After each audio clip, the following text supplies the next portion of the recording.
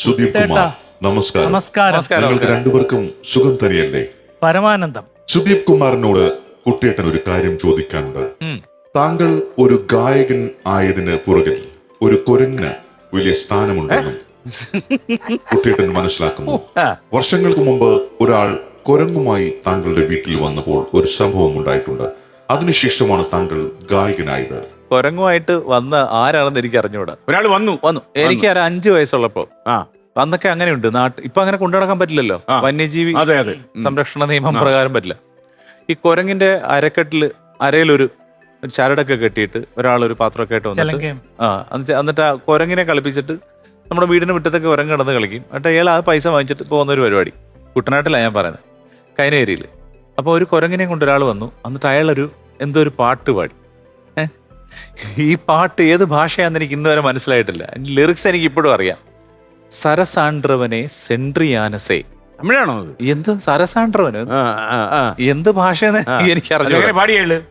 ട്യൂണൊന്നും എനിക്ക് ഓർമ്മയില്ല. സരസാണ്ട്രവനെ അങ്ങനെ എന്തോ ഒരു ട്യൂണ് പാടിയേ. സെൻട്രിയാനസേ പിന്നെന്തോ ഒരു പരിപാടി ഉണ്ട്. പിന്നെ രാമ ചാടറാ ചാടടാ എന്ന് പറയുമ്പോ ഈ കുരങ്ങൻ 2 ചാട്ടമൊക്കെ ചാടും. എന്നിട്ട് ഈ കുരങ്ങനോട് പറയാൻ രാമ സലാം കൊടുക്കുക എന്ന് പറയുമ്പോൾ കുരങ്ങൻ ഒരു സല്യൂട്ട് അടിക്കും. എന്നിട്ട് അയാൾ പൈസ വാങ്ങിച്ചിട്ട് പോകും. അങ്ങനെ ഒരു പ്രാവശ്യം അയാൾ വന്നിട്ടുള്ളതെന്ന് എനിക്ക്, അതോ പലതവണ വന്നോന്നൊന്നും എൻ്റെ ഓർമ്മയിലില്ല. ഇങ്ങനൊരു സംഭവമുണ്ട്. അതിൻ്റെ ബാക്കി പത്രമാണ് ഞാൻ പറയാൻ പോകുന്നത്. ആ സമയത്ത് എൻ്റെ അച്ഛൻ്റെ കസിൻ, അമ്മാവൻ്റെ മകൻ, അദ്ദേഹം ഒരു മ്യൂസീഷ്യനായിരുന്നു, ക്ലാസിക്കൽ മ്യൂസീഷ്യനായിരുന്നു. കരുവാറ്റയിലാണ് അദ്ദേഹത്തിൻ്റെ വീട്. അപ്പോൾ അദ്ദേഹം പുരുഷൻ ഭാഗവതർ എന്നാണ് അറിയപ്പെട്ടുകൊണ്ടിരുന്നത്. അപ്പോൾ അദ്ദേഹം വീട്ടിൽ വരും ഇടയ്ക്കിടയ്ക്ക്. അപ്പോൾ അച്ഛനൊക്കെ പറഞ്ഞിട്ട് ഈ കഥകളൊക്കെ പറഞ്ഞിട്ട് എങ്ങനെയാണെന്ന് അറിയില്ല, എടാ ആ കുരങ്ങനെ കൊണ്ട് വന്ന് ആ പാട്ടൊന്ന് പാടണമെന്ന് പറയും. അങ്ങനെ ഞാൻ അന്ന് എങ്ങനെ പാടിയത് എനിക്കിപ്പോൾ ഓർമ്മയില്ല. അപ്പം കുരങ്ങ് ആരാന്ന് വെച്ച് കഴിഞ്ഞാൽ എൻ്റെ അനിയൻ.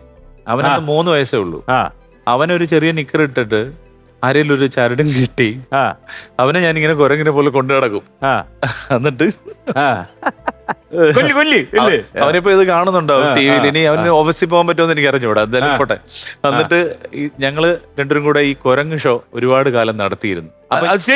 സ്റ്റേജിലല്ല, വീട്ടിൽ ആര് വന്നാലും എടാ മറ്റേ കുരങ്ങിന്റെ ഇത്. അപ്പൊ അപ്പോഴേ അനിയൻ റെഡിയാ, ചെറിയ നിക്കറിട്ട് അവനിങ്ങി വരും, ഒരു ചരടെടുക്കും, പാട്ട് റെഡി. അതൊരു പാട്ടായിട്ടും ഇല്ല. ഇതാണ് എന്റെ ലിറിക്സ്. സരസാണ്ട്രവനെ സെൻട്രിയാനസേ, അത്ര എനിക്കറിയാം.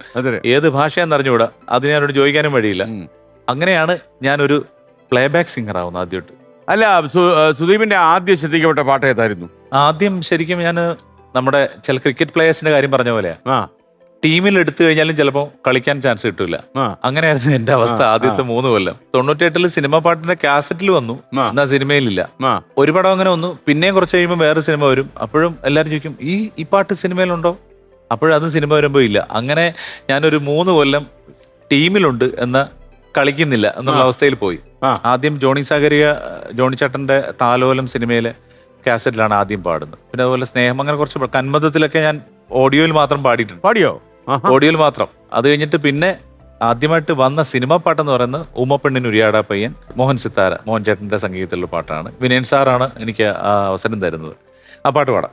അധരം സഖി മധുരം നീടാമോ, മിഴിയാം കടൽ തിരയിൽ ഞാൻ നീന്തി വന്നു, ഹൃദയം നിൻ മണിമാറിൽ ഒരു ഹാരം പോൽ ചൂടാം, വരു നീരാഗലോലേ.